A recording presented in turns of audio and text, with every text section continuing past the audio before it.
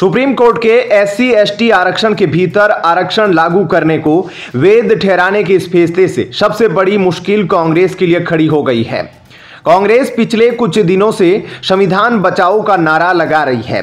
देखा जाए तो यह फैसला सीधे सीधे संविधान पर हमला है, पर कांग्रेस ने अभी तक इस फैसले का विरोध नहीं किया है। यही नहीं, तेलंगाना की कांग्रेस सरकार ने तो इस फैसले के आधार पर आरक्षण लागू करने की घोषणा भी कर दी है। कर्नाटक की कांग्रेस सरकार भी दलितों में सब कोटा के लिए कानून बनाने की तैयारी पहले ही कर चुकी है। कांग्रेस का केंद्रीय नेतृत्व आजकल हर मुद्दे पर फूंक फूंक कर कदम रख रहा है। यही कारण है कि उन्हें यह फैसला न स्वीकार करने को बन रहा है और न ही विरोध करने को बन रहा है। वहीं तेलंगाना कांग्रेस के मुख्यमंत्री रेवंत रेड्डी ने स्वागत किया है। सीएम रेड्डी ने ऐलान किया है कि उनकी सरकार सबसे पहले राज्य में आरक्षण में भी कोटा सिस्टम लागू करेगी। उन्होंने कहा कि इसके लिए जल्द ही काम चालू होगा। गुरुवार को सुप्रीम कोर्ट का फैसला आने के बाद तेलंगाना विधानसभा में सीएम रेवंत रेड्डी ने यह ऐलान किया। उन्होंने कहा, मैं सुप्रीम कोर्ट की संविधान बेंच का हृदय से आभार व्यक्त करता हूं। 7 में से 6 जजों ने कहा कि राज्य सरकारें आरक्षण का वर्गीकरण अपना सकती है। राज्य सरकार की ओर से मैं यह घोषणा कर रहा हूं कि तेलंगाना आरक्षण के भीतर आरक्षण को लागू करने वाला पहला राज्य होगा। जहां तेलंगाना की कांग्रेस सरकार ने सुप्रीम कोर्ट के इस फैसले का समर्थन किया, वहीं उनकी ही पार्टी के नेता उदित राज इसके खिलाफ है। उन्होंने सुप्रीम कोर्ट के फैसले पर आपत्ति जताते हुए कहा कि इसमें बदलाव की अनुमति केवल विधायिका को है। उन्होंने कहा कि उन्हें क्रीमी लेयर का निर्णय मंजूर नहीं है। उदित राज कांग्रेस के असंगठित कामगारों की विंग के मुखिया हैं। उन्हें 2024 लोकसभा चुनाव में उत्तर पश्चिम दिल्ली से कांग्रेस ने अपना उम्मीदवार भी बनाया था, लेकिन वे भाजपा के योगेंद्र चंदोलिया से हार गए थे। वे 2014 में केवल एक बार भाजपा से सांसद बन पाए थे। गौरतलब है कि गुरुवार 1 अगस्त 2024 को CJI DY चंद्रचूड़ की अध्यक्षता वाली 7 सदस्यीय संविधान बेंच ने यह निर्णय दिया है। इस निर्णय में 6 जज एकमत थे, जबकि जस्टिस बेला त्रिवेदी ने इस पर अपनी असहमति जताई। कोर्ट ने कहा कि राज्य SC/ST को दिए जाने वाले आरक्षण के भीतर ऐसी जातियों को ज्यादा तरजीह दे सकते हैं जो आर्थिक सामाजिक रूप से अधिक पिछड़ गई है। दूसरी बात यह भी है कि कांग्रेस नेता यह कहते रहे हैं कि यदि बीजेपी की सरकार आती है तो संविधान और आरक्षण खतरे में आ जाएगा। अब आरक्षण की संवैधानिक व्यवस्था को तोड़ने वाले फैसले को स्वयं कांग्रेस नेता सपोर्ट कर रहे हैं। हालांकि पार्टी की तरफ से सुप्रीम कोर्ट के फैसले पर अभी आधिकारिक प्रतिक्रिया नहीं आई है। शायद यही कारण है कि उत्तर भारत के कई बड़े कांग्रेसी दलित नेता चुप है या विरोध कर रहे हैं। कांग्रेस के बड़े दलित नेता उदित राज ने सुप्रीम कोर्ट के फैसले का विरोध किया है और कहा है कि कोर्ट का फैसला आरक्षण विरोधी है। देश भर में जितने बड़े दलित चेहरे हैं वो इस फैसले का विरोध कर रहे हैं। जाहिर है कि जब विरोध कर रहे हैं तो दलित जनमत भी उन्हीं के साथ जाएगा। ऐसे में आपका इस खबर को लेकर क्या कुछ कहना है, कमेंट सेक्शन में अपनी राय जरूर बताएं। धन्यवाद। जय हिंद। वायनाड में राहुल गांधी का भारी विरोध। टूरिस्ट बनकर वायनाड पहुंचे राहुल गांधी का लोगों ने किया विरोध। स्थानीय लोगों ने राहुल और प्रियंका का किया विरोध। राहुल के काफिले के VVIP मूवमेंट के कारण घंटों रेस्क्यू अभियान को रोकना पड़ा। केरल के वायनाड जिले में हुए लैंडस्लाइड की घटना ने पूरे इलाके में तबाही मचा दी है। इस आपदा में अब तक 200 से ज्यादा लोगों की मौत हो चुकी है और सैकड़ों लोग अब भी लापता है। वायनाड से लोकसभा सांसद राहुल गांधी भी हादसे के बाद हालात पर जायजा लेने पहुंचे हैं। राहुल गांधी ने बर्बाद हुए इलाकों का दौरा किया और पीड़ितों से बातचीत की। हालांकि इस बीच राहुल गांधी पर एक स्थानीय युवक बुरी तरह भड़क गया। शख्स ने यह भी कहा कि राहुल वायनाड के सांसद है, कोई टूरिस्ट नहीं जो कि गाड़ी से नीचे नहीं उतर रहे। आइए जानते हैं इस पूरे मामले के बारे में। दरअसल कांग्रेस सांसद राहुल गांधी ने शुक्रवार को लैंडस्लाइड से प्रभावित चूरलमला और मुंडकई का दौरा किया। बाधित इलाकों में अधिकांश जगह वो प्रियंका गांधी पैदल ही गए। हालांकि जब वे मुंडकई से वापस लौट रहे थे तब बेली ब्रिज के पास एक व्यक्ति ने उन्हें गाड़ी से उतरने को कहा। जब राहुल गांधी की गाड़ी नहीं रुकी तो वह शख्स नाराज हो गया।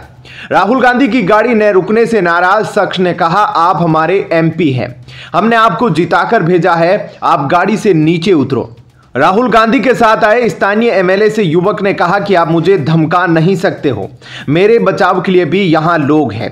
युवक ने फिर मीडिया के सामने बोला, यह कोई टूरिस्ट नहीं है जो गाड़ी से नीचे नहीं उतर रहे हैं, यह एमपी है।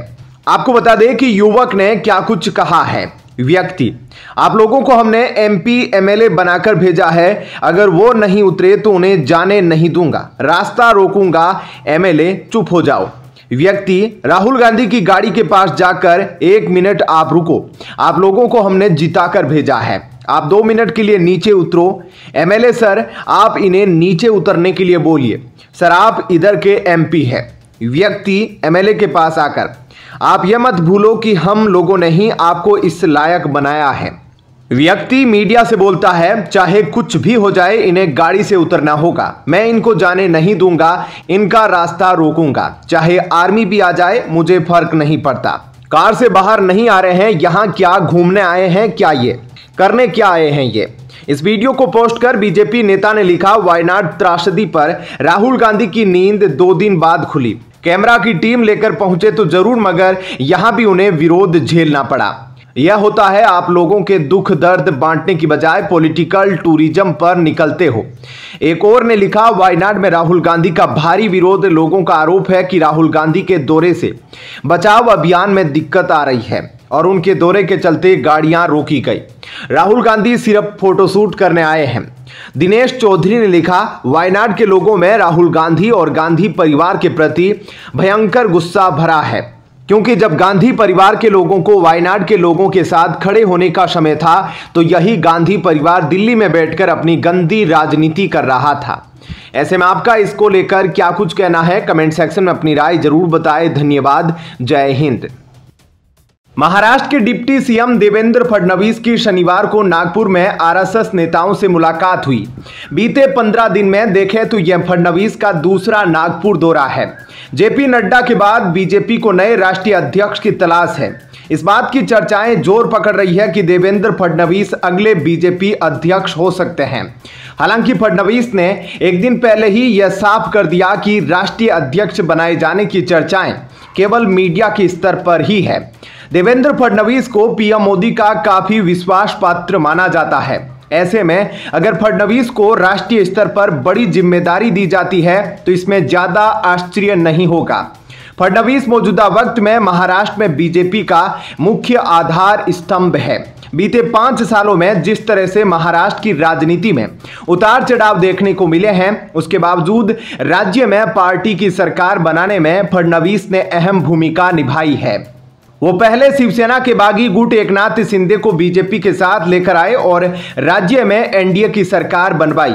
शिंदे को राज्य के सीएम पद की कमान सौंपी गई। उसके बाद यह देवेंद्र फडणवीस ही थे जिन्होंने एनसीपी के सबसे मजबूत स्तंभ अजीत पवार को चाचा शरद पवार से अलग करते हुए एनडीए के साथ जोड़ा।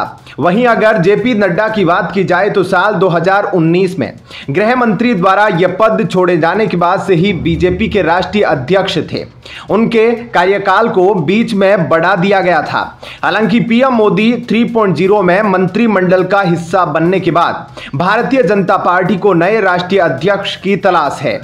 देवेंद्र फडणवीस को बीजेपी अध्यक्ष के लिए सबसे फिट और सूटेबल कैंडिडेट माना जाता रहा है, क्योंकि उनके न सिर्फ प्रधानमंत्री नरेंद्र मोदी और गृह मंत्री अमित शाह से अच्छे रिश्ते हैं, बल्कि राष्ट्रीय स्वयंसेवक संघ को उनके नाम पर आपत्ति नहीं होगी। उनके संघ प्रमुख मोहन भागवत से काफी अच्छे और गर्मजोशी वाले रिश्ते हैं। मौजूदा बीजेपी अध्यक्ष जेपी नड्डा अपना कार्यकाल पूरा करने के बाद विस्तार पर है। फडणवीस के नए बीजेपी अध्यक्ष बनने की संभावनाओं को लेकर द इंडियन एक्सप्रेस ने अपनी रिपोर्ट में लिखा है कि दिल्ली में फडणवीस की पत्नी और बेटी के साथ मोदी से मुलाकात से यह धारणा मजबूत होती है कि बीजेपी का शीर्ष नेतृत्व फडणवीस को पार्टी में अहम पद पर नियुक्त करना चाहता है। सूत्र के हवाले से लिखा गया है कि इसमें पहले आरएसएस और भाजपा के बीच बीच नामों को लेकर मतभेद थे, जिससे राष्ट्रीय भाजपा प्रमुख की नियुक्ति में देरी हो रही थी। फडणवीस को लेकर आम सहमति बनती दिख रही है। ऐसे में फडणवीस पीएम मोदी की मुलाकात महत्वपूर्ण है। राजनीतिक हलकों में पीएम मोदी के साथ फडणवीस की मुलाकात वाली तस्वीरों को कई एंगल से देखा जाता रहा है। प्रधानमंत्री नरेंद्र मोदी ने बेहद खास तरीके से फडणवीस के साथ चर्चा की थी। सबसे पहले केंद्रीय मंत्री अमित शाह के पुणे दौरे में उनकी नजदीकी सामने आई थी। फडणवीस को केंद्रीय गृह मंत्री अमित शाह का भी विश्वास पात्र माना जाता है। अगर फडणवीस केंद्र में जाते हैं तो राज्य में पार्टी नई लीडरशिप को आगे ला सकती है।